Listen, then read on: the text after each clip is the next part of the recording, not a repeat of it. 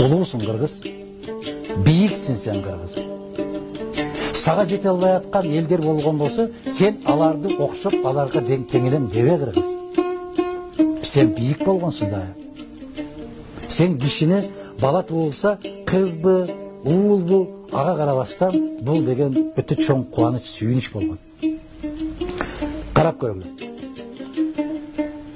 Кыз туулса, казандын 4 кулагы сүйүнөт дейт кыргыз. Качан айтылды бул сөз? Bir Allah билет качандан баштап келатканын. Илгерки замандан бери келет. Жигит туулса, жердин 4 тарабы кубанат экен. Эмнеге? Казандын 4 кулагы кубанат дейт, мени кирдетпей тазалап туруучу инсан пайда болду. Жердин 4 бурчу кубанат экен, мени коргоочу пайда болду. Бизде кыз баланын өзүнүн орду бар, жигиттин өзүнүн орду бар. Башка элдердей болуп, тарыхта биз эч качан кыздарды тирүүлөй көмгөн эмеспиз дагы, кыздарды аскадан ыргыткан эмеспиз. Силер суктанып, жаштар, тамшанып жетпей аткан Европа 100 миңдеп өрттөшкөн. Силер жаштар суктанып аткан Европа аялдарга тең укуктуулукту Американ баш болуп, кече 20-кылымдын 2-жарымында берди. Алар добуш берүүгө да укугу жок эле. Чынтасыңар? Адам катары эсептелбейт эле.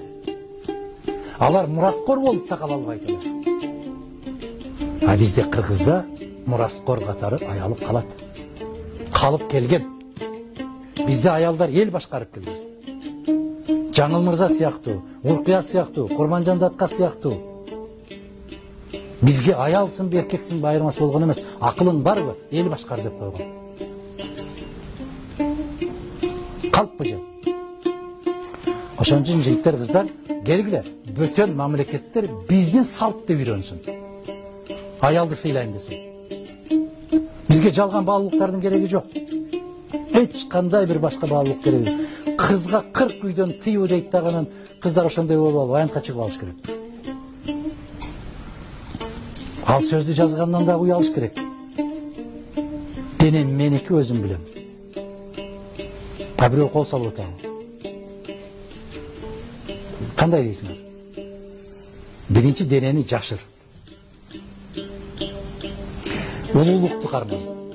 Сулуулукту карман. Анан айт. Баягындай жигиттер эр азамат болгон болсоң, кыздарга күчүңдү көрсөтпө, айланайын. Кыздын 40 чачы улуу дейт. Караңыздар. Эмне үчүн адам баласынын эң мыкты тиреги бейишке барыр. А бейиш кайда десе, эненин тамагында дейт. Эмне үчүн атанын тамагында эмес? Бүт бардык нерсени таап, ташып үйгө жеткирип аткан ата го. Эмне үчүн атанын тамагында эмес? Эне. Караңыздар, биз ошол баалуулуктарды жоготуп алдык дагы, жалган баалуулуктардын аркасынан кетип, ошон үчүн артта калып атабыз. Мен билесиздерби, ушунчалык деңгээлге түшөт деп эле, бул жапайылык, бир чеги жок жапайылык, чеги жок.